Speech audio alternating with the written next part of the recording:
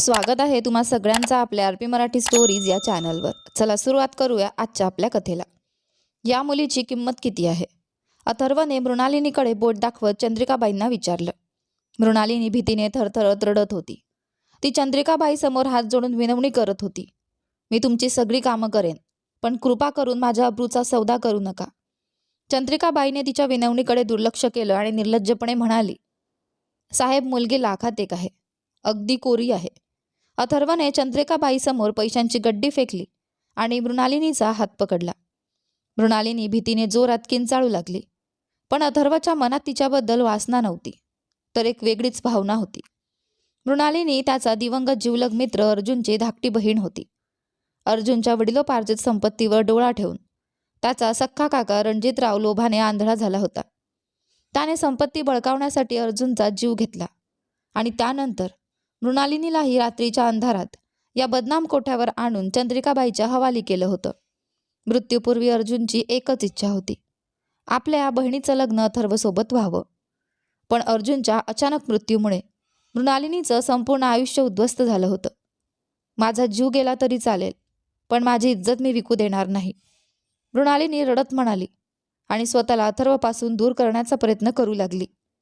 संध्याकाळचा अंधार हळूहळू पसरत होता। पुण्याच्या जुन्या वाड्यांच्या मागच्या त्या बदनाम गल्लीत असलेल्या जुनाट कोठ्यावर मात्र रात्रीची रंगत वाढू लागली होती। घुंगरांचा छमछमाट, ढोलकीचे ठेके आणि श्रीमंत लोकांच्या गलिच्छ हशांनी संपूर्ण वातावरण दुमदुमून गेलं होतं।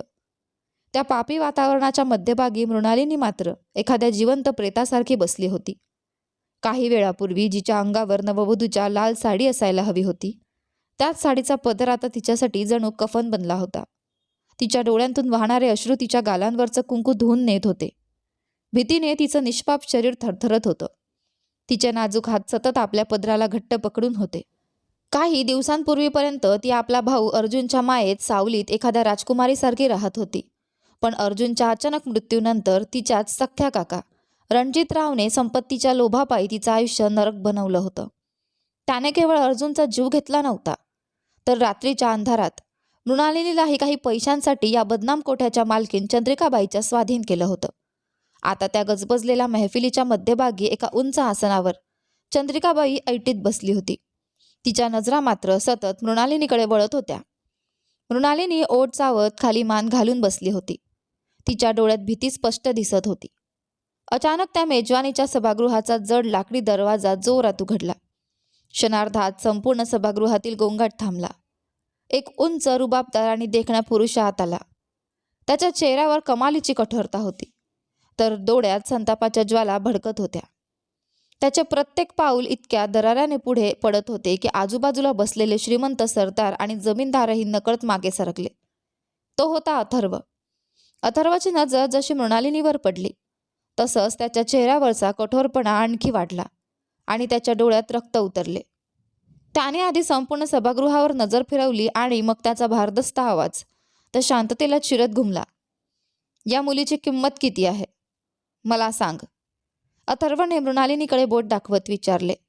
त्याचा आवाज इतका कठोर आणि निर्विकार होता की सभागृहात बसलेला प्रत्येक जण शांत झाला। त्या अनोळखी पुरुषाचा आवाज कानावर पडताच आणि त्याने आपल्याकडे बोट दाखवल्याचे पाहताच मृणालिनीच्या अंगावर काटा आला। तिचे हृदय जोरात धडधडू लागले। कदाचित हा माणूस इथल्या बाकी सगळ्या क्रूर लोकांपेक्षाही भयंकर आहे। हा देखील माझी किंमत ठरवून मला विकत घेण्यासाठीच आला आहे, असा भयानक विचार तिच्या मनात आला। भीतीचे विष तिच्या संपूर्ण शरीरात पसरले। ती घाबरून जमिनीवरून रांगत चंद्रिकाबाईंच्या पायांची जाऊन पडली। तिने त्यांच्या पायांना घट्ट पकडले आणि अश्रू ढाळत विनवणी करू लागली, चंद्रिकाबाई, देवासाठी माझ्यावर दया करा, मला असं कोणाच्या हवाली करू नका। मृणालिनी भीतीने थरथरत विनवणी करत होती, मी तुमची सगळी कामं करेन, सकाळपासून रात्रीपर्यंत भांडी घासेन, घर झाडेन, फरशी पुसून काढेन, तुम्ही जे सांगाल ते सगळं करेन, पण माझ्या अब्रूचा सौदा करू नका, मला कोणाच्याही हातात देऊ नका। माझा जीव गेला तरी चालेल, पण माझी इज्जत वाचवा। तिच्या डोळ्यांतून अश्रूंच्या धारा वाहत होत्या, पण चंद्रिकाबाईंनी तिच्या त्या आर्त विनवणीकडे साध्या माणसाकडे पाहावे तसेही पाहिले नाही। जणू मृणालिनी एखादी जिवंत व्यक्ती नसून त्यांच्या हातातील निर्जीव वस्तू होती। त्या अथर्वच्या दिशेने चालत गेल्या आणि म्हणाल्या, अहो साहेब, जरा थांबा ना, एवढी घाई कशाला? आधी मुलीला नीट पाहून तर घ्या. चंद्रिकाबाईंनी मृणालिनीच्या पदराला हात लावण्याचा प्रयत्न केला, पण मृणालिनी घाबरून झटकन मागे सरकली. चंद्रिकाबाईंनी नाराजीने म्हटलं, साहेब, ही मुलगी हिरा आहे, अगदी कोरी आहे. अनेक मोठमोठे लोक तिच्यासाठी लाखो रुपये खर्च करायला तयार आहेत. तिची किंमत एवढी किरकोळ नाही की तुम्ही एका वाक्यात ठरवून टाकाल. अथर्वाने आपल्या कोटाच्या आतील खिशातून चेकबुक बाहेर काढलं. त्याने त्यावर स्वतःच्या पेनाने सही केली आणि तो कोरा चेक चंद्रिकाबाईंच्या तोंडासमोर फेकला. तुला हवी तेवढी रक्कम या चेकवर लिही आणि माझ्या नजरेसमोरून निघून जा. अथर्वाच्या आवाजात असा प्रचंड संताप होता की चंद्रिकाबाई चेक उचलताना नकळत 2 पावलं मागे सरकल्या. पुढच्या क्षणी अथर्व मोठमोठी पावलं टाकत मृणालिनीच्या जवळ पोहोचला आणि तिचं मनगट घट्ट पकडलं. मला सोडा, मला सोडा.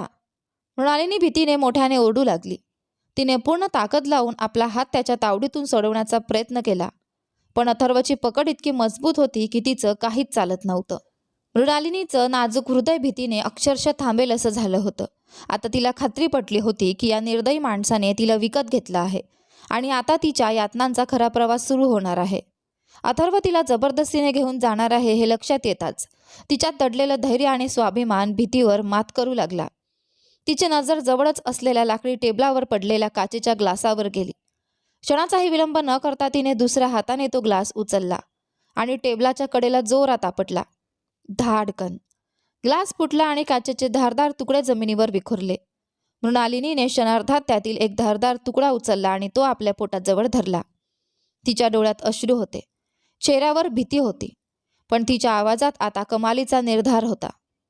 तुम्ही एक पाऊलही पुढे टाकून मला हात लावला तर मी माझा जीव देईन, मृणालिनी किंचाळत म्हणाली. तिचा हात थरथरत होता, पण काचेची ती धार तिच्या अंगाला लागलेली होती. मी माझा जीव देईन, पण माझी इज्जत नाही. या कोठ्यावर मरून जाणं मला मान्य आहे, पण कोणाच्याही वासनेचं लक्ष बनणं मला मान्य नाही. असं म्हणत तिने काचेचा धारदार तुकडा स्वतःच्या शरीराला टोचण्याच्या जवळ नेला आणि भीतीने डोळे घट्ट मिटले. पण तो धारदार काचेचा तुकडा तिच्या नाजूक शरीराला इजा करण्याआधीच अथर्वाने आपल्या दुसऱ्या हाताने काच पकडलेला तिचा हात इतक्या वेगाने आणि कौशल्याने दाबला की तिच्या बोटांची पकड आपोआप सैल झाली. अथर्वाने तिचा मनगट वळवत काचेचा तुकडा तिच्या हातातून हिसकावून हवेत भिरकावला. काचेचा तो तुकडा दूर जमिनीवर जाऊन आदळला आणि चक्काचूर झाला. मृणालिनी पुन्हा काही करण्याआधीच अथर्वने तिच्या दोन्ही खांद्यांना घट्ट पकडून तिला स्वतःकडे ओढलं. त्याचा चेहरा तिच्या अश्रूंनी आणि भीतीने भरलेल्या चेहऱ्याच्या अगदी जवळ होता. अथर्वचा श्वास तिच्या गालांना स्पर्श करत होता. त्याने गंभीर आवाजात तिला बजावलं, शांत, आता एक शब्दही बोलू नकोस. त्याचा प्रत्येक शब्द संपूर्ण वाड्यात घुमला. जिच्या सुरक्षेची शपथ मी माझ्या भाव्यासारख्या मित्राला त्याच्या शेवटच्या श्वासांमध्ये दिली होती, जिच्या सन्मानाचं रक्षण करण्यासाठी मी माझ्या अस्तित्वाच्या शेवटच्या मर्यादेपर्यंत जाऊ शकतो, त्या मुलीला स्वतःलाच इजा करण्याची परवानगी सुद्धा मी देणार नाही. अथर्वच्या या एका वाक्याने जणू वेळच थांबून गेला. मृणालिनीचे ओठ थिजून गेले. तिचे डोळे आश्चर्य आणि अविश्वासाने विस्फारले. काही क्षणांपूर्वी स्वतःला विकत घेण्यासाठी आलेला निर्दयी माणूस समजलेला अथर्व तिच्याच जीवाचं रक्षण करण्यासाठी एवढा कठोरपणे उभा आहे यावर तिचा विश्वासच बसत नव्हता. मेजवानीच्या सभागृहात उपस्थित प्रत्येक जण जणू स्तब्ध झाला होता. चंद्रिकाबाईंनी स्वतःला सावरत हातात धरलेल्या कोऱ्या चेककडे पाहिलं. त्यांच्या डोळ्यात आता लोभाची चमक स्पष्ट दिसत होती. तेवढ्यात वाड्याचा मुख्य दरवाजा प्रचंड आवाज करत उघडला. सावधान, कोणीही आपल्या जागेवरून हलायचं नाही. एक कडक आवाज संपूर्ण वाड्यात घुमला. तो होता समीर, अथर्वाचा सर्वात विश्वासू आणि प्रतिष्ठित अंगरक्षक. त्याच्यासोबत आधुनिक शस्त्रांनी सज्ज असलेले डझनभर अंगरक्षक आत दाखल झाले होते. वाड्याच्या काही पहारेकऱ्यांनी पुढे येऊन प्रतिकार करण्याचा प्रयत्न केला. समीरने कडक आवाजात इशारा दिला, कोणाची बोटं जरी हल्ली तरी पुढचा श्वास घेण्याआधीच तुम्ही सगळे जमिनीवर पडलेले असाल. त्याचा इशारा ऐकताच वाड्यातील सर्व पहारेकरी जागच्या जागी थांबले. चंद्रिकाबाईंच्या चेहऱ्याचा रंगच उडाला. मात्र अथर्वने या सगळ्या गोंधळाकडे साधी नजरही टाकली नाही. त्याचं संपूर्ण लक्ष फक्त त्याच्यासमोर उभी असलेल्या घाबरलेल्या मृणालिनीकडे होतं. मृणालिनीच्या डोळ्यांसमोर अंधार दाटून येत होता. धक्का आणि भीतीच्या तीव्रतेने तिचे सगळे भान हरपत चालले होते. तिच्या पायांखालची जमीन डळमळली आणि ती बेशुद्ध होऊन कोसळणार इतक्यात अथर्वने तिला सावरलं. त्याने आपल्या खांद्यावरची शाल काढली आणि ती मृणालिनी भोवती अशा प्रकारे गुंडाळली की तिचा लाल पोशाख आणि नाजूक देह पूर्णपणे झाकला गेला. आपल्या अंगाभोवती शालीचं सुरक्षित आवरण जाणवताच मृणालिनीने असहाय्यपणे हुंदका दिला. नाही, मला सोडा, मला सोडा. पण अथर्वने काहीही उत्तर दिलं नाही. त्याने तिला अलगद आपल्या बाहूंमध्ये उचलून घेतला आणि तिला घेऊन त्या वाड्याबाहेर निघाला. मृणालिनीची अवस्था क्षणोक्षणी अधिकच बिघडत होती. तिचा श्वास धापा टाकत होता आणि सतत येणाऱ्या हुंदक्यांमुळे तिला नीट श्वासही घेता येत नव्हता. अथर्वने मृणालिनीला अलगदपणे आपल्या काळ्या लँड क्रुझरच्या मागच्या सीटवर बसवलं आणि स्वतःही तिच्या शेजारी बसून गाडीचा दरवाजा जोरात बंद केला. त्यानंतर तो ड्रायव्हिंग सीटवर जाऊन बसला. गाडी घरघराट करत त्या गल्लीमधून वेगाने बाहेर पडली. गाडीच्या बंद वातावरणात मृणालिनीची भीती पुन्हा जागी झाली. अथर्व इतका जवळ बसलेला पाहून ती आणखीनच घाबरली. घाबरलेल्या अवस्थेत तिने गाडीच्या दरवाजाच्या हँडलला स्वतःला घट्ट चिकटवून घेतलं. अंगाभोवती गुंडाळलेली शाल तिने आणखी घट्ट आवळली आणि डोळे मिटून घेतले. ती जोरजोराने रडत विनवणी करू लागली. मला मारून टाका, देवासाठी मला मारून टाका, पण मला हात लावू नका. तिच्या आवाजातील असहाय्यता, वेदना आणि हतबलता इतकी तीव्र होती की दगडाचंही हृदय पिळवटून निघावं. मी तुमच्या समोर हात जोडते. तुम्हाला जे हवं ते घेऊन जा, पैसे घेऊन जा, माझा जीव घ्या, पण मला हात लावू नका, मला स्पर्श करू नका. भीती आणि धक्क्यामुळे मृणालिनीचं संपूर्ण शरीर थरथरत होतं. तिचे अश्रू गालांवरून ओघळत अथर्वने तिच्या अंगावर गुंडाळलेल्या शालीला भिजवत होते. कठोर आणि निर्दयी माणूस म्हणून ओळखल्या जाणाऱ्या अथर्वचं हृदय तिची ही अवस्था पाहून आतून तुटून गेलं. तिच्या वेदनेने त्याचं मन दुःखाने भरून आलं. त्याने हळूच तिच्याकडे हात पुढे केला, पण तिच्या डोळ्यांतील भीती पाहताच त्याने हात पुन्हा मागे घेतला. अत्यंत शांत आणि मृदू आवाजात तो म्हणाला, मृणालिनी, माझ्याकडे पहा. मृणालिनीने हुंदके देत तक्रार्थी मान हलवली आणि आणखी आपला चेहरा गुडघ्यांमध्ये लपवून घेतला. अथर्वने आपले दोन्ही हात तिच्या नजरेसमोर धरले आणि दुःखाने भरलेल्या आवाजात म्हणाला, मृणालिनी, या हातांकडे पहा, नीट पहा. हे तेच हात आहेत ज्यांनी काही दिवसांपूर्वी तुझा भाऊ अर्जुन याचे पार्थिव देहयात्रा खांद्यावर घेतली होती. हे तेच हात आहेत ज्यांनी अर्जुनच्या चितेला अग्नी देताना त्याच्यासाठी प्रार्थना केली होती. अर्जुनचं नाव ऐकताच मृणालिनीच्या अंगातून जणू विजेचा झटका गेला. तिचं रडणं आणि हुंदके अचानक थांबले. तिने हळूहळू शालीमधून आपला चेहरा बाहेर काढला आणि लालसर सुजलेल्या डोळ्यांनी आधी अथर्वच्या हातांकडे आणि मग त्याच्या चेहऱ्याकडे पाहिलं. अथर्वच्या चेहऱ्यावर वासण्याची किंवा क्रौर्याची जराही छटा नव्हती. तिथे फक्त खोल दुःख होतं आणि आपल्या जिवलग मित्राला गमावल्याची वेदना होती. मृणालिनीचे ओठ थरथरले. अर्जुन, तुम्ही कोण आहात? अथर्वच्या डोळ्यांतून एक अश्रू निसटला आणि त्याच्या गालावरून ओघळत खाली पडला.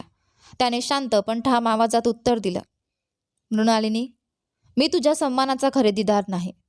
मी तुझ्या भावाचा, अर्जुनचा सर्वात जिवलग मित्र अथर्व आहे. अथर्वचे हे शब्द मृणालिनीसाठी जणू एखाद्या मलमासारखे होते. तिच्या मनात भूतकाळातील काही धूसर आठवणी जाग्या झाल्या. तिचा भाऊ अर्जुन नेहमी एका व्यक्तीचा मोठ्या अभिमानाने उल्लेख करायचा. अथर्वने एक दीर्घ श्वास घेतला. गाडीच्या खिडकीबाहेर पसरलेल्या काळोखाकडे पाहत तो हळू आवाजात बोलू लागला, मरण्याच्या काही तास आधी हॉस्पिटलमध्ये अर्जुनने माझा हात आपल्या दोन्ही हातात घट्ट पकडला होता. त्याच्या डोळ्यात स्वतःच्या मृत्यूची भीती नव्हती. त्याला फक्त तुझी चिंता होती. अथर्वचा गळा दाटून आला. त्याने मृणालिनीकडे पाहत सांगितलं, तो मला म्हणाला होता, अथर्व, माझी बहीण माझा जीव आहे. माझ्यानंतर या जगातले नराधम तिला गिळून टाकतील. मला वचन दे की तू तिचा आपल्या घराच्या इज्जतीप्रमाणेच रक्षण करशील. तिला कधीही एकटी पडू देणार नाहीस.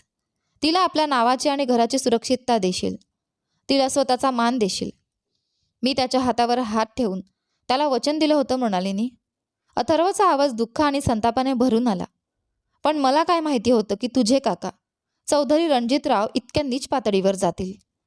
त्याने अर्जुनच्या मृत्यूचा फायदा घेतला, तुझ्या मालमत्तेवर कब्जा केला आणि एका रात्रीत तुला या नरकात विकून टाकलं. अथर्वने मृणालिनीकडे पाहिलं. मी तुला शोधत होतो मृणालिनी. दिवस रात्र एक करून तुला शोधत होतो. आज जर मी काही मिनिट उशिरा आलो असतो तर मी माझ्या त्या जिवलग मित्राला काय तोंड दाखवलं असतं. मृणालिनी अथर्वची एक एक गोष्ट शांतपणे ऐकत होती आणि तिच्या मनात भीतीची जी बर्फासारखी घट्ट झालेली भावना होती ती हळूहळू वितळत चालली होती. आता तिला समजत होतं की चंद्रिकाबाईंसमोर ठामपणे उभा राहिलेला तो माणूस तिचा खरेदीदार नव्हता, तर तिच्या भावाने तिच्यासाठी पाठवलेला रक्षक होता. तिच्या सन्मानासाठी स्वतःचा जीव धोक्यात घालणारा तोच तिच्या भावाचा जीवलग मित्र अथर्व होता. भीतीची जागा आता सुरक्षिततेच्या भावनेने घेतली होती आणि तिच्या मनात भावाच्या आठवणी दाटून आल्या होत्या. मृणालिनीच्या हुंदक्यांना बांध फुटला. तिने दोन्ही हातांनी आपला चेहरा झाकला आणि ओक्साबोक्शी रडू लागली. अर्जुन भाऊ. तिच्या ओठांवरून फक्त आपल्या भावाचंच नाव पुन्हा पुन्हा बाहेर पडत होतं आणि तिचे हुंदके थांबत नव्हते. अथर्वने तिला रडण्यापासून रोखलं नाही. तिच्या मनात साचलेली भीती, वेदना आणि धक्का अश्रूंमधून बाहेर पडणं गरजेचं आहे हे तो जाणत होता. त्याने मोठ्या भावाप्रमाणे अत्यंत मायेने तिच्या डोक्यावर हात ठेवला. आता तू सुरक्षित आहेस मृणालिनी. जोपर्यंत माझ्या म्हणजेच अथर्वच्या शरीरात शेवटचा श्वास आहे तोपर्यंत या जगातला एकही माणूस तुझ्याकडे वाईट नजरेने पाहू शकणार नाही. तुझा काका आणि त्या कोठ्यावरचे लोक त्यांच्या कृत्यांची शिक्षा भोगतील हे अथर्वचं वचन आहे. मृणालिनीने अथर्वच्या चेहऱ्यावरचा प्रामाणिकपणा जाणवला.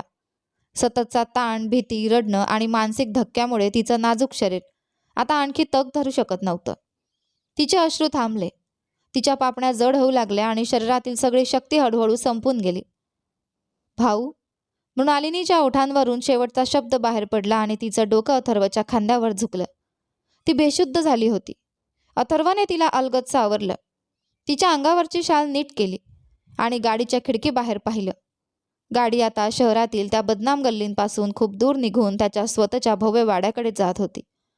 त्याच्या डोळ्यात दुःख नव्हतं. त्याऐवजी आपल्या जीवलग मित्राने सोपवलेली जबाबदारी पूर्ण करण्याचा आणि त्या निर्दयी लोकांना त्यांच्या कर्माची शिक्षा देण्याचा दृढ निर्धार होता. काळी लँड क्रुझर रात्रीच्या अंधाराला चिरत पुढे जात राहिली. काही वेळाने ती एका भव्य वाड्याच्या उंच आणि विशाल प्रवेशद्वारातून आत शिरले. वाड्याच्या अंगणात पूर्ण शांतता पसरली होती. वाड्याच्या उंच भिंती आणि जुन्या राजेशाही वास्तुशैलीतून या कुटुंबाचा पिढ्यानपिढ्या चालत आलेला मान, प्रतिष्ठा आणि प्रभाव स्पष्ट दिसत होता. गाडी थांबताच ड्रायव्हर मुरादने तातडीने खाली उतरून मागचा दरवाजा उघडला. अथर्वने बेशुद्ध मृणालिनीला आपल्या शालीत काळजीपूर्वक गुंडाळलं आणि पुन्हा तिला आपल्या बाहूंमध्ये उचलून घेतलं. वाड्याच्या मुख्य दरवाज्यातून आत शिरताच समोरच्या भव्य जिन्यावरून एक रुबाबदार स्त्री घाईघाईने खाली आली. त्या होत्या अथर्वच्या मोठी बहीण शीलाजी. शीलाजी या वाड्यातील सर्वात मोठ्या आणि प्रभावशाली स्त्री होत्या. त्यांच्या डोळ्यात माया होती तर चेहऱ्यावर घराण्याचा रुबाब आणि प्रतिष्ठा स्पष्ट दिसत होती. अथर्वच्या बाहूंमध्ये बेशुद्ध अवस्थेत असलेली, शालीत पूर्णपणे झाकलेली मुलगी पाहताच त्यांच्या चेहऱ्यावर काळजीचे ढग दाटले. अथर्व, ही मुलगी कोण आहे आणि एवढ्या रात्री तू हिला कुठून घेऊन आलास? अथर्वने मृणालिनीला वाड्यातील प्रशस्त सोफ्यावर अलगद झोपवलं. त्याने एक दीर्घ श्वास घेतला आणि आपल्या बहिणीसमोर मान झुकवली. त्याच्या आवाजात दुःख आणि थकवा स्पष्ट जाणवत होता. ही माझ्या दिवंगत मित्र अर्जुनची बहीण आहे, मृणालिनी. शीलाजी दचकल्या. त्यांनी मृणालिनीच्या चेहऱ्याकडे पाहिलं. तिच्या गालांवर सुकलेल्या अश्रूंच्या खुणा होत्या आणि मानसिक धक्क्यामुळे तिचा चेहरा पूर्णपणे निस्तेज झाला होता. अर्जुनची बहीण आणि तिची ही अवस्था? त्यांच्या आवाजात वेदना आणि चिंता उमटली. त्या अथर्वकडे पाहत पुन्हा विचारू लागल्या. अथर्व, तुला ही मुलगी कुठे सापडली? तिच्यावर अन्याय करणाऱ्या तिच्या काकाने अर्जुनच्या मृत्यूनंतर त्या निरागस मुलीच्या संपत्तीवर कब्जा केला आणि तिला त्या कोठ्यावर विकून टाकलं. मी तिला त्या नरकातून बाहेर काढून आणला आहे. हे ऐकताच शीलाजी यांच्या तोंडून दुःखाने भरलेला हुंदका निघाला. त्यांनी दोन्ही हात गुडघ्यांवर ठेवले आणि त्यांच्या डोळ्यात अश्रू तरळू लागले. देवा, एखादा माणूस इतका निर्दयी कसा होऊ शकतो? एका निरागस अनाथ मुलीवर एवढा मोठा अन्याय. त्या पुढे गेल्या. मृणालिनीचा चेहरा आपल्या मऊ हातात घेतला आणि तिच्या कपाळावर प्रेमाने चुंबन घेतलं. अथर्व, तू अगदी योग्य केलंस. आता ही फक्त अर्जुनची बहीण नाही तर आपली जबाबदारी आहे. नोकरांना बोलाव आणि तिला माझ्या खोलीलगतच्या खोलीत घेऊन जा. आता तिची काळजी मी स्वतः घेईन. शीलाजी यांनी ताबडतोब वाड्यातील जुन्या विश्वासू सेवकांना बोलावलं. मृणालिनीचे कपडे बदलण्यात आले. तिच्या जखमांवर औषध लावून पट्ट्या बांधण्यात आला आणि तिला कोमट दूध पाजून एका शांत खोलीत झोपवण्यात आलं. संपूर्ण रात्र शीलाजी तिच्या उशाशी बसून राहिल्या. त्या अधूनमधून तिच्या कपाळावर थंड पाण्याच्या पट्ट्या ठेवत होत्या. दुसरीकडे अथर्व आपल्या अभ्यासिकेत बसून रणजितरावचा डाव उधळून लावण्यासाठी पुढची रणनीती आखत होता. दुसऱ्या दिवशी सकाळी सूर्याच्या सोनेरी कोमल किरणांनी खिडकीच्या काचांमधून आत डोकावलं आणि मृणालिनीची पापणी हळूहळू उघडल्या. तिने दुसर नजरेने छताकडे पाहिलं. सुंदर लाकडी नक्षीदार चौकट, छताचा पंखा आणि आजूबाजूचं शांत वातावरण तिच्या नजरेत भरलं. इथे ना गलिच्छ कोठ्याचे घाणेरडे आवाज होते ना चंद्रिकाबाईंचे भीतीदायक अट्टहास. ती एक अत्यंत शांत, स्वच्छ आणि प्रतिष्ठित खोलीतील मऊ पलंगावर झोपली होती. मृणालिनीने घाबरत आपल्या अंगाकडे पाहिलं. कालचा तोच लाल पोशाख गायब झाला होता. त्याऐवजी तिने साधा सैलसर पोशाख घातला होता. जागी झालीस का बाळ? एका अत्यंत मृदू आणि मायेने भरलेल्या आवाजाने तिचं लक्ष वेधून घेतलं. तिने वळून पाहिलं. हातात नाश्त्याची ट्रे घेऊन शिलाजी मंद स्मित करत खोलीत येत होत्या. मृणालिनी भीतीने क्षणात पलंगाच्या एका कोपऱ्यात जाऊन बसली. आपण कोण आहात आणि मी कुठे आहे? शिलाजी यांनी ट्रे जवळच्या टेबलावर ठेवली आणि मृणालिनीच्या शेजारी पलंगावर बसल्या. त्यांनी अत्यंत प्रेमाने तिचे थरथरणारे हात आपल्या हातात घेतले. घाबरू नकोस माझ्या मुली. हे अथर्वचं घर आहे आणि मी त्याची मोठी बहीण शीला. तू इथे पूर्णपणे सुरक्षित आहेस. आता या जगातली कोणतीही ताकद तुला इजा करू शकणार नाही. मृणालिनीने अविश्वासाने त्यांच्याकडे पाहिलं. पण अथर्वचं नाव ऐकताच तिच्या मनातला काल रात्रीचा सगळा प्रसंग पुन्हा जागा झाला. मी तुझ्या भावाचा, अर्जुनचा जिवलग मित्र अथर्व आहे. त्या आठवणीने तिच्या डोळ्यांतून अश्रू वाहू लागले. तुम्हीच त्यांची बहीण आहात? अथर्व खरंच मला त्या नरकातून बाहेर घेऊन आला? हो मृणालिनी. शिलाजी यांनी तिचे अश्रू अलगद पुसले. अथर्व अर्जुनला स्वतःचा भाऊ मानायचा. त्यामुळे तू फक्त आमच्यासाठीच नाही तर या घरातील प्रत्येक मुली इतकीच आदरणीय आहेस. आता चल शांतपणे नाश्ता कर आणि आपल्या मनातून भीती काढून टाक. मृणालिनीने हळूच नाश्त्याच्या ताटाकडे हात पुढे केला. पण तेवढ्यात अचानक वाड्याबाहेर मोठा गोंधळ सुरू झाला. गाड्यांचे हॉर्न, ब्रेकांचा कर्कश आवाज आणि पोलिसांच्या गाड्यांचे सायरन यामुळे वाड्यातील शांत वातावरण क्षणार्धात भंग पावलं. वाड्याच्या मुख्य प्रवेशद्वाराबाहेर डझनभर गाड्या येऊन थांबल्या होत्या. त्यापैकी एका मोठ्या गाडीतून रणजितराव खाली उतरला. त्याचा चेहरा संतापाने लाल झाला होता. काही वेळापूर्वी अथर्वने केलेल्या कारवाईमुळे आणि त्याला मिळालेल्या त्या चेकमुळे त्याचा सगळा डाव उधळला गेला होता. मृणालिनी जर अथर्वच्या संरक्षणाखाली राहिली तर तिच्या मालमत्तेची कागदपत्रे तिच्याकडून जबरदस्तीने सही करून घेणं त्याला कधीच शक्य होणार नव्हतं आणि त्या कोट्यावधींच्या संपत्तीचा एकटाच मालक होण्याचं त्याचं स्वप्नही धुळीस मिळणार होतं. रणजितरावसोबत पोलीस ठाण्याचा इन्स्पेक्टर आणि सशस्त्र पोलीस कर्मचारीही आले होते. त्याचबरोबर त्याने स्वतःचे 2 डझन गुंडही जमवले होते जेणेकरून अथर्ववर दबाव आणता येईल. रणजितरावने वाड्याच्या मुख्य दरवाजावर काठी आपटली आणि आक्रमकपणे ओरडायला सुरुवात केली. अथर्व, बाहेर या आणि माझ्या बाचीला माझ्या ताब्यात द्या. त्याचा नाटकीपणा सुरूच होता. बाहेर जमलेल्या लोकांना आपली बाजू खरी वाटावी म्हणून त्याने आवाजात खोटं दुःख, संताप आणि असहाय्यता आणली. अथर्व, माझ्या भाचीला माझ्या ताब्यात द्या. तू तिला आपल्या वाड्यात ठेवून आमच्या कुटुंबाची बदनामी करत आहेस. पोलीस इन्स्पेक्टरही पुढे आला आणि मोठ्या आवाजात म्हणाला, अथर्व साहेब, तुमच्यावर एका निरपराध मुलीचं अपहरण केल्याचा आरोप आहे. कायदा हातात घेऊ नका. मुलीला तात्काळ तिच्या कायदेशीर संरक्षक रणजितराव यांच्या ताब्यात द्या, अन्यथा आम्हाला वाड्यात प्रवेश करावा लागेल. रणजितरावच्या गुंडांनी ही घोषणा सुरू केल्या. मुलीला परत करा. अपहरण करणाऱ्या अथर्वला अटक करा. वाड्याच्या आत हे सगळं ऐकून मृणालिनीचा चेहरा फटक पडला. आपल्या निर्दयी काकाचा आवाज कानावर पडताच तिच्या अंगात पुन्हा भीती संचारली. काका, रणजितराव इथे आले आहेत. ती भीतीने थरथरत होती.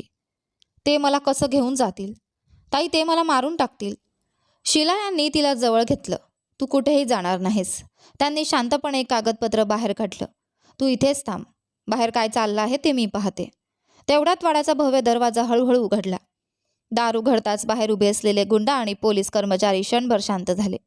वाड्याच्या आतून एक रुबाबदार पुरुष बाहेर आला. त्याने पांढरा शर्ट पॅन्ट आणि काळी वेस्टकोट घातली होती. त्याच्या चेहऱ्यावर भीतीचा किंवा अस्वस्थतेचा लवलेशही नव्हता. तो होता अथर्व. तो शांतपणे पुढे आला. त्याने सिगारेटचा दूर हवेत सोडला आणि आपली थंड धारदार नजर थेट रणजितराववर रोखली. अथर्वाचा आवाज शांत होता, पण त्यात इतका दरारा होता की संपूर्ण जमाव क्षणभर स्तब्ध झाला. माझ्या घराच्या आणि माझ्या सन्मानाच्या बाबतीत एकही शब्द चुकीचा बोलू नका. रणजितरावने घाबरून इन्स्पेक्टरकडे पाहिलं आणि मग म्हणाला, इन्स्पेक्टर साहेब, हा माणूस गोष्टी फिरवण्याचा प्रयत्न करत आहे. ती माझी भाची आहे. मी तिचा कायदेशीर संरक्षक आहे. याने माझ्या भाचीचं अपहरण केलं आणि तिला आपल्या वाड्यात डांबून ठेवलं आहे. हा आमच्या कुटुंबाच्या सन्मानावर थेट हल्ला आहे. इन्स्पेक्टरने कठोर आवाजात अथर्वला सांगितलं. रणजितराव यांच्या म्हणण्यानुसार मुलीचे वडील हयात नसल्यामुळे ते तिचे कायदेशीर वारस आणि संरक्षक आहेत. तुम्ही कायदा हातात घेऊ शकत नाही. तुम्हाला मुलीला आमच्या ताब्यात द्यावं लागेल. अथर्वच्या चेहऱ्यावर एक उपहासपूर्ण स्मित उमटलं. त्याने क्षणात रणजितरावकडे पाहिलं. कायदा? त्याचा आवाज शांत होता, पण प्रत्येक शब्दात धार होती. कायदा हवा असेल तर न्यायालयात चला. रणजितरावांना सोबत घेऊन न्यायालयात पोहोचा. ती मुलगी तिथेच येईल. अथर्वने एक क्षण थांबून रणजितरावच्या डोळ्यात डोळे घातले. आणि तिथेच निर्णय होईल. ती आपल्या निर्दयी काकासोबत जायला तयार आहे की आपल्या भावाने मृत्यूपूर्वी माझ्यावर सोपवलेल्या शेवटच्या वचनानुसार माझ्या संरक्षणाखाली राहू इच्छिते. अथर्व रणजितरावच्या दिशेने पुढे गेला आणि त्याच्या कानाजवळ अगदी हळू आवाजात म्हणाला, आजची रात्र तुमची शेवटची शांत रात्र समजा रणजितराव, कारण उद्यापासून आपल्या दोघांचं आयुष्य कायमचं बदलणार आहे. इतकं बोलून अथर्व मागे वळला आणि त्याने समीरला इशारा केला. समीरने क्षणार्धात आपल्या बंदुकीचा रोख रणजितरावच्या माणसांकडे केला. आता जर कुणी या वाड्याच्या हद्दीत पाऊल ठेवलं तर कायदा नंतर येईल. माझी गोळी आधी लागेल, त्यामुळे इथून निघा. रणजितराव रागाने पाय आपटत आपल्या गाडीकडे निघून गेला, पण अथर्वच्या शब्दांनी त्याच्या मनात खोल भीती निर्माण झाली होती. अथर्वकडे असा काही पुरावा आहे ज्याच्या जोरावर तो आपलं संपूर्ण साम्राज्य उद्ध्वस्त करू शकतो, याची त्याला जाणीव झाली होती. शहराच्या सत्र न्यायालयाचा मुख्य सभागृह सकाळपासूनच लोकांनी खच्चून भरला होता. परिसरातील प्रतिष्ठित नागरिक, नामवंत वकील, पत्रकार आणि सामान्य जनता मोठ्या संख्येने उपस्थित होती. वातावरणात एक विचित्र शांतता पसरली होती. प्रत्येक जण त्या महत्त्वाच्या खटल्याच्या निकालाच्या आतुरतेने वाट पाहत होता. एका बाजूला प्रभावशाली घराण्यातील रणजितराव होता, तर दुसऱ्या बाजूला आपल्या काळातील अत्यंत प्रतिष्ठित आणि प्रभावशाली व्यक्ती अथर्व होता. न्यायालयाच्या उजव्या बाजूला रणजितराव आपल्या महागड्या वकिलासोबत मोठ्या आत्मविश्वासाने बसला होता. त्याच्या चेहऱ्यावर एक धूर्त हास्य होतं. कायद्याचा आणि समाजातील आपल्या प्रभावाचा फायदा घेऊन तो मृणालिनीला पुन्हा आपल्या ताब्यात घेईल, याची त्याला पूर्ण खात्री होती. तेवढ्यात न्यायालयाचे दरवाजे उघडले. अथर्व आपली मोठी बहीण शिलाजींसोबत आत आला. त्यांच्यासोबत पूर्णपणे शालीत झाकलेली आणि अजूनही धक्क्यातून सावरत असलेले मृणालिनी होती. अथर्वचा विश्वासू अंगरक्षक समीर एक फाईल आणि लॅपटॉप घेऊन त्याच्या अगदी मागे चालत होता. अथर्वच्या डोळ्यात कमालीचा आत्मविश्वास होता. त्याच्या ओठांवर उमटलेलं गूढ स्मित पाहून रणजितराव आतून हादरून गेला. न्यायालयीन कारवाईला सुरुवात झाली. न्यायाधीश आपल्या आसनावर विराजमान झाले आणि हातोडा आपटत त्यांनी सभागृहात शांतता पाळण्याचे आदेश दिले. रणजितरावचा वकील तात्काळ उभा राहिला आणि मोठ्या आवाजात आपली बाजू मांडू लागला. माननीय न्यायमूर्ती महोदय, माझे अशील रणजितराव सध्या तीव्र मानसिक वेदना आणि कौटुंबिक बदनामीचा सामना करत आहेत. त्यांच्या पुतण्या अर्जुनच्या अचानक झालेल्या मृत्यूनंतर त्यांची भाची मृणालिनी त्यांच्या देखरेखीखाली होती. परंतु अथर्वने केवळ कायद्याची थट्टाच केली नाही, तर या निरपराध मुलीला तिच्या सख्ख्या काकाच्या कायदेशीर संरक्षणातून पळवून नेऊन आपल्या वाड्यात कैद करून ठेवलं आहे. वकिलाने पुढे सांगितलं, रणजितराव हे मृणालिनीचे कायदेशीर संरक्षक आहेत. त्यामुळे माननीय न्यायालयाने मृणालिनीला त्यांच्या ताब्यात परत देण्याचे आदेश द्यावेत. न्यायाधीशांनी रणजितरावकडे पाहिलं. रणजितराव, तुम्हाला काही सांगायचं आहे का?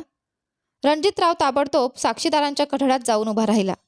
त्याने डोळ्यात बनावटीचे अश्रू आणले आणि अत्यंत दुःखी असल्याचा आव आणत म्हणाला, माननीय न्यायमूर्ती महोदय, मी काय सांगू. माझ्या तरुण पुतण्याच्या मृत्यूनंतर मी आधीच पूर्णपणे खचून गेलो होतो. माझी भाची मृणालिनी आपल्या भावाच्या मृत्यूच्या धक्क्याने मानसिक संतुलन गमावून बसली आणि एका रात्री घरातून कुणालाही न सांगता निघून गेली. त्याने बनावट हुंदका दिला. मी तिला दिवसरात्र शोधत होतो, पण या प्रभावशाली व्यक्ती अथर्वने तिचं अपहरण करून तिला आपल्या ताब्यात ठेवलं आहे. अर्जुनच्या कोट्यावधी रुपयांच्या संपत्तीवर कब्जा करण्यासाठी हा माणूस माझ्या निरागस भाचीचा प्यादासारखा वापर करत आहे. रणजितरावचा हा खोटा आणि स्वतःला निर्दोष दाखवण्याचा अभिनय ऐकून शालीच्या आत मृणालिनीचं संपूर्ण शरीर भीतीने थरथरलं. पण शिलाजी यांनी तिचा हात घट्ट धरून तिला धीर दिला. घाबरू नकोस, सत्य आपल्या बाजूने आहे. तेवढ्यात अथर्वचा नामांकित वकील बॅरिस्टर अनिल आपल्या जागेवरून उठला. त्याच्या चेहऱ्यावर एक थंड, शांत आणि आत्मविश्वासपूर्ण स्मित होतं. माननीय न्यायमूर्ती महोदय, तो अत्यंत संयत आवाजात म्हणाला, सत्याला पांढऱ्या खोट्याच्या पडद्यामागे लपवण्याचा हा प्रयत्न खरंच कौतुकास्पद आहे. रणजितरावांनी इथे निरागसपणा आणि असहाय्यतेचं जे नाटक उभं केलं आहे, त्याचा खरा शेवट आता या न्यायालयासमोर होणार आहे. सभागृहात कुजबूज सुरू झाली. बॅरिस्टर अनिल पुढे म्हणाले, माननीय न्यायालयाच्या परवानगीने आम्हाला आमचा पहिला साक्षीदार सादर करायचा आहे. न्यायाधीशांनी मान हलवली. परवानगी आहे. साक्षीदाराला कठड्यात आणा. न्यायालयाचे दरवाजे पुन्हा उघडले. समीरच्या देखरेखीखाली एक मध्यमवयीन स्त्री आत आली. ती होती त्या कोठ्यावर काम करणारी जुनी सेविका मीरा. ती भीतीने थरथरत होती, पण तिच्या डोळ्यात सत्य सांगण्याचा ठाम निर्धार होता. मीराला पाहताच रणजितरावच्या चेहऱ्याचा रंग उडाला. त्याच्या कपडावर घामाचे थेंब चमकू लागले आणि त्याचे पाय क्षणभर डगमगले. बॅरिस्टर अनिल यांनी मीराकडे पाहत विचारलं, बाई, आधी तुमचं नाव सांगा आणि तुम्ही रणजितरावांना कशा ओळखता हे न्यायालयाला सांगा. मीरा रडत रडत साक्षीदाराच्या कठड्यात उभी राहिली आणि थरथरत्या आवाजात बोलू लागली. माननीय न्यायमूर्ती साहेब, माझं नाव मीरा आहे. गेल्या 10 वर्षांपासून मी चंद्रिकाबाईच्या कोठ्यावर दासी म्हणून काम करत आहे. मी देवाची शपथ घेऊन सांगते की इथे निरपराध असल्याचं नाटक करणारा रणजितरावांपेक्षा मोठा राक्षस दुसरा कोणी नाही. न्यायालयात एकच गोंधळ उडाला. रणजितरावांच्या वकिलाने जोरात आक्षेप घेतला. आक्षेप आहे माननीय न्यायमूर्ती साहेब, ही एक सामान्य स्त्री आहे. हिचा या प्रकरणाशी काय संबंध? न्यायमूर्तींनी हातोडा आपटत म्हटलं, आक्षेप फेटाळण्यात येतो. साक्षीदाराला तिचं म्हणणं पूर्ण करू द्या. मीराने हुंदके देत मृणालिनीकडे बोट दाखवलं. माननीय साहेब, त्या मनहूस रात्री रणजितराव स्वतः या निष्पाप मुलीला गाडीत बेशुद्ध करून आमच्या कोठ्यावर घेऊन आले होते. त्यांनी तिचा चंद्रिकाबाईसोबत मोठ्या रकमेत सौदा केला होता. चंद्रिकाबाईकडून रोख पैसे घेताना ते म्हणाले होते, हिला अशा ठिकाणी विकून टाका जिथून ही पुन्हा कधीच परत येऊ शकणार नाही. मी माझ्या स्वतःच्या डोळ्यांनी त्या निर्दयी काकांना आपल्या सख्ख्या पुतणीच्या बदल्यात नोटांनी भरलेली बॅग घेताना पाहिलं आहे. न्यायालयाचं वातावरण क्षणात संतप्त झालं. उपस्थित लोक रणजितरावांकडे संतापाने पाहू लागले. रणजितरावांचा वकील घाबरून म्हणाला, माननीय न्यायमूर्ती साहेब, ही एका बदनाम कोठ्यावर काम करणारी स्त्री आहे. तिच्या साक्षीला कोणतीही कायदेशीर किंमत नाही. अथर्वने हिला पैसे देऊन विकत घेतला आहे. एवढ्यात अथर्व स्वतः आपल्या जागेवरून उठला. त्याची उंची, रुबाबदार आणि भारदस्त व्यक्तिमत्व पाहून संपूर्ण न्यायालयात क्षणभर शांतता पसरली. त्याने गंभीर आवाजात म्हटलं, वकील साहेब, जर एका जिवंत माणसाची साक्ष तुम्हाला कमी वाटत असेल तर मग या कागदपत्रांचं आणि बँकेच्या पुराव्यांचं काय? हे पुरावे बोलत नाहीत, पण अत्याचार करणाऱ्याची मान नक्कीच खाली घालतात. अथर्वने आपल्या अंगरक्षक मोहितला इशारा केला. मोहितने ताबडतोब पुढे येत कागदपत्रांनी भरलेल्या फायली न्यायमूर्तींच्या टेबलावर ठेवल्या. अथर्वचे वकील बॅरिस्टर अनिल यांनी त्या कागदपत्रांची तपासणी सुरू केली. माननीय न्यायमूर्ती साहेब, हे स्टेट बँकेचे अधिकृत आणि प्रमाणित अहवाल आहेत. हे स्पष्ट सिद्ध करतात की ज्या रात्री मृणालिनीला कोठ्यावर आणण्यात आलं त्याच रात्री चंद्रिकाबाईंच्या खात्यातून रणजितरावांच्या खात्यात 50 लाख रुपये हस्तांतरित करण्यात आले होते. हा आहे त्या सौद्याचा स्पष्ट आर्थिक पुरावा. वकिलांनी आणखी एक कागद न्यायमूर्तींसमोर ठेवला आणि हे ते पॉवर ऑफ अटर्नी आणि वारस हक्काचे कागद आहेत, जे रणजितरावांनी अर्जुनच्या मृत्यूनंतर लगेच तयार केले होते. ज्ञानवैद्यक विज्ञान प्रयोगशाळेच्या अधिकृत अहवालानुसार या सर्व कागदपत्रांवरील दिवंगत अर्जुनच्या स्वाक्षऱ्या बनावटी आहेत आणि त्या वैज्ञानिक पद्धतीने कॉपी करण्यात आल्या आहेत. न्यायमूर्तींनी सर्व कागदपत्र, न्यायवैद्यक अहवाल आणि बँक व्यवहारांच्या प्रती एक एक करून तपासायला सुरुवात केली. त्यांच्या चेहऱ्यावरचा संताप आणि नाराजी क्षणाक्षणाला वाढत होती. रणजितरावांचे पाय थरथरत होते. घसा कोरडा पडला होता आणि स्वतःचा बचाव करण्यासाठी आता त्यांच्या तोंडून एकही शब्द फुटत नव्हता. त्यांनी नजर वर करून अथर्वच्या शेजारी उभी असलेल्या ओढणीने चेहरा झाकलेल्या मृणालिनीकडे पाहिलं. न्यायमूर्तींनी प्रेमळ पण गंभीर आवाजात विचारलं, बेटा मृणालिनी, तुला या न्यायालयासमोर काही सांगायचं आहे का? मृणालिनीने हळूहळू चेहऱ्यावरचा स्कार्फ बाजूला केला. तिच्या डोळ्यांतून अश्रू वाहत होते, पण त्या अश्रूंमध्ये आता भीती नव्हती, तर आपल्या भावाच्या सत्यासाठी आणि सन्मानासाठीचा अभिमान होता. तिचा आवाज संपूर्ण न्यायालयात घुमला. माननीय न्यायमूर्ती साहेब, माझ्या भावाची अर्जुनची अंत्यसंस्काराची राखसुद्धा थंड झालेली नव्हती. तोच या माझ्या सख्ख्या काकांनी माझ्या इज्जतीचा आणि आयुष्याचा सौदा केला. त्याने मला स्वतःच्या घरात कैद करून ठेवलं आणि रात्रीच्या अंधारात कोठ्यावर विकून टाकलं. त्या रात्री माझा भाऊ अर्जुनचा मित्र अथर्व तिथे पोहोचला नसता तर आज मी जिवंत नसते.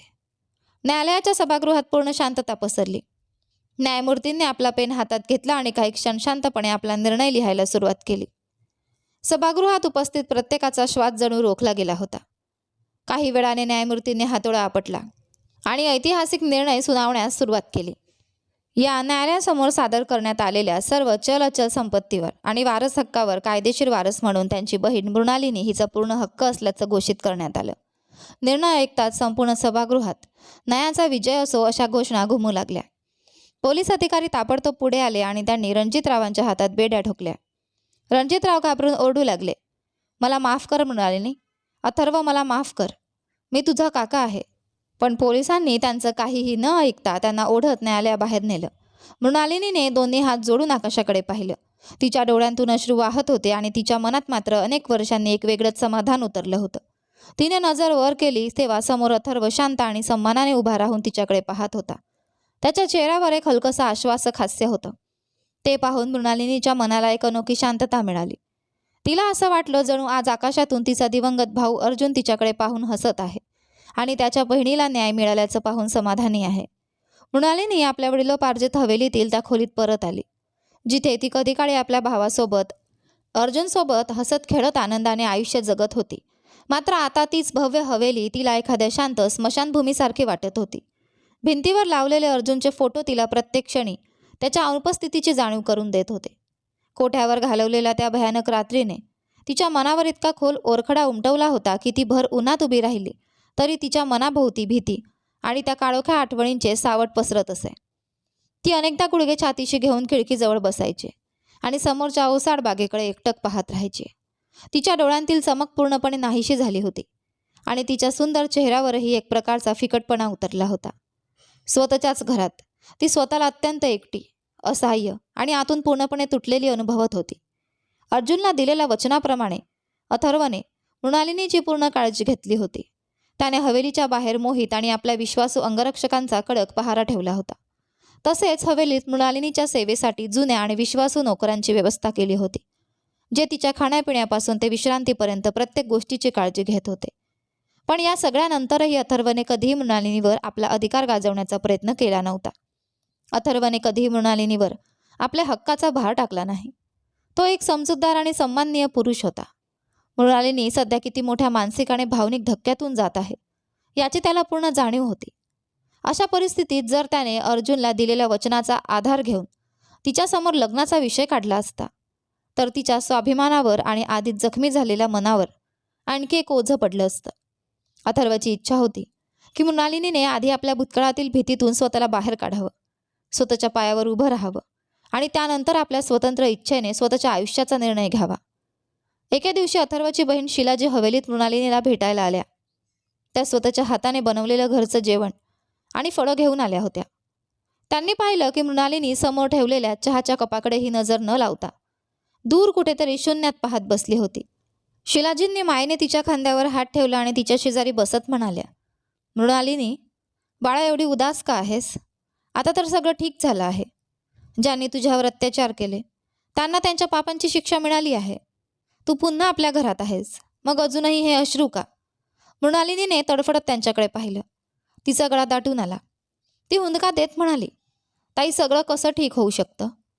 माझा भाऊ अर्जुन आता कधीच परत येणार नाही आणि मला त्या गल्लीतल्या कोठ्यावर नेण्यात आलं. माझ्या इज्जतीचा तमाशा करण्यात आला. मी स्वतःला कधीच माफ करू शकत नाही. या ओसाड हवेलीत मी रोज थोडी थोडी मरतेय ताई. शिलाजींनी तिचे हात आपल्या हातात घेतले आणि प्रेमाने म्हणाल्या, मृणालिनी, तुझ्यासोबत जे काही घडलं त्यात तुझी जराही चूक नव्हती. तू निष्पाप आहेस, पवित्र आहेस आणि या हवेलीच्या ओसाडपणाबद्दल बोलायचं झालं तर स्वतःला एकटी का समजतेस? अथर्व आहे ना तुझ्यासोबत? मृणालिनीने नजर खाली केली. तिच्या ओठांवर हलकंसं हसू उमटलं. ती हळू आवाजात म्हणाली, अथर्वने माझ्यासाठी जे काही केलं आहे त्यासाठी मी माझं संपूर्ण आयुष्य त्यांच्या चरणी अर्पण केलं तरी त्यांच्या उपकारांची परतफेड करू शकणार नाही. पण ताई, ते माझ्यापासून एवढे दूर का राहतात? माझ्याशी बोलतानाही ते नजर खाली का करतात? काय त्यांनाही मी त्या बदनाम कोठ्यावरचीच मुलगी वाटते? शिलाच्या चेहऱ्यावर एक शांत आणि सन्मानपूर्ण हास्य उमटलं. त्यांनी मृणालिनीच्या डोक्यावरून प्रेमाने हात फिरवत म्हटलं, वेडी आहेस तू. तुला अथर्वच्या मनाचा मोठेपणा अजून समजलेला नाही. अथर्व तुझ्यापासून नजर चोरतो कारण तो तुझा अपमान करतो म्हणून नाही, तर तुझ्या स्वाभिमानाचा आदर करतो म्हणून. तो तुझ्यावर अर्जुनने दिलेल्या वचनाचं ओझं टाकू इच्छित नाही. त्याला वाटतं की तू त्याला कधीही एखादा उपकार करणारा किंवा तुला विकत घेणारा माणूस समजू नये. जर कधी त्याचा हात हातात घ्यायचा असेल तर तो फक्त तुझ्या स्वतःच्या इच्छेने, तुझा रक्षक आणि तुझा जीवनसाथी म्हणून घे. तो तुझ्यापासून अंतर ठेवतोय ते फक्त तू या मानसिक जखमेतून पूर्णपणे सावरावीस म्हणून. शिलाजींचे शब्द ऐकून मृणालिनीच्या मनात अथर्वबद्दलचा आदर आणखी वाढला. त्याच संध्याकाळी हवेलीच्या दालनात पावलांचा मंद आवाज ऐकू आला. अथर्व स्वतः तिथे आला होता. त्याने साधा शर्ट पॅन्ट घातली होती. त्याचा चेहरा नेहमीप्रमाणे शांत आणि गंभीर होता. मृणालिनीने पटकन आपला ड्रेस व्यवस्थित केला आणि उभी राहिली. अथर्व, तुम्ही?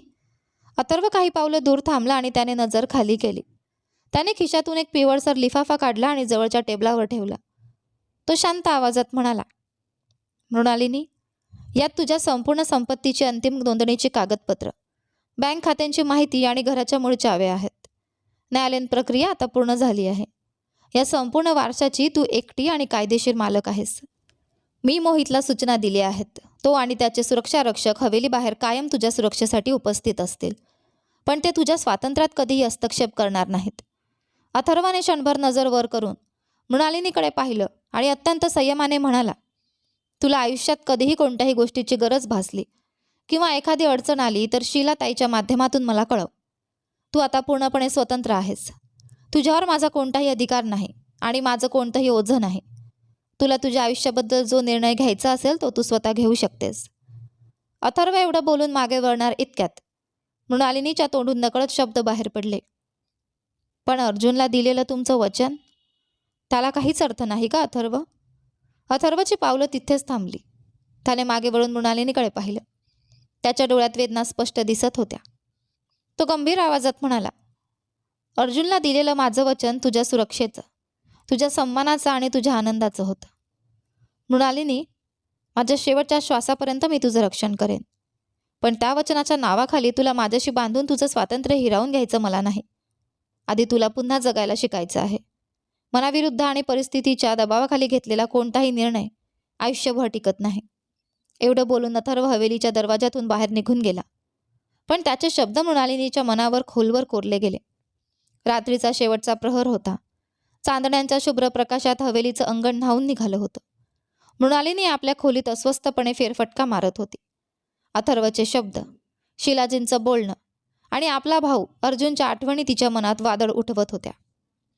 चालता चालता ती अर्जुनच्या जुन्या अभ्यासिकेत जाऊन पोहोचली. खोलीत अजूनही अर्जुनच्या वस्तू होत्या. त्याच्या आवडत्या अत्तराचा मंद सुगंध आणि जुन्या पुस्तकांचा परिचित वास तिथेच दरवळत होता. टेबलावर अर्जुनची आवडती पुस्तकं ठेवलेली होती.